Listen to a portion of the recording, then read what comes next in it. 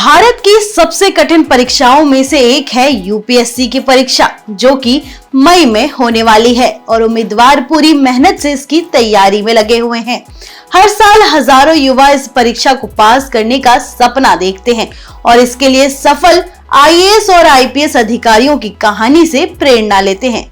ऐसे में हम आपके लिए एक सक्सेस स्टोरी लेकर आए हैं, जिसमें आज हम आपको बताएंगे आईएएस प्रीति हुड्डा की कहानी, जिन्होंने तमाम मुश्किलों और आर्थिक तंगी के बावजूद अपने सपने को साकार किया और आईएएस अधिकारी बनी। प्रीति हुड्डा हरियाणा के बहादुरगढ़ की रहने वाली है। उनके पिता दिल्ली ट्रांसपोर्ट कॉरपोरेशन में बस ड्राइवर थे। परिवार की आर्थिक स्थिति बहुत अच्छी नहीं थी, लेकिन प्रीति ने कभी हार नहीं मानी। प्रीति शुरू से ही एक होनहार छात्रा थी। उन्होंने 10वीं और 12वीं में अच्छे अंक हासिल किए थे, लेकिन परिवार की आर्थिक स्थिति कमजोर होने के कारण उनके माता पिता चाहते थे कि वो आगे की पढ़ाई छोड़कर शादी कर ले।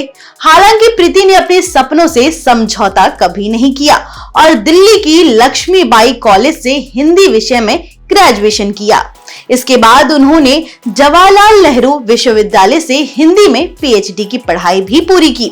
दिलचस्प बात यह है कि प्रीति को शुरू में सरकारी सेवा में जाने की कोई खास रुचि नहीं थी, लेकिन उनके पिता चाहते थे कि वो आईएएस अधिकारी बने। जब प्रीति ने जेएनयू में दाखिला लिया, तब उन्हें पहली बार यूपीएससी परीक्षा के बारे में ठीक से जानकारी मिली। एमफिल की पढ़ाई पूरी करने के बाद उन्होंने सिविल सेवा परीक्षा की तैयारी शुरू कर दी।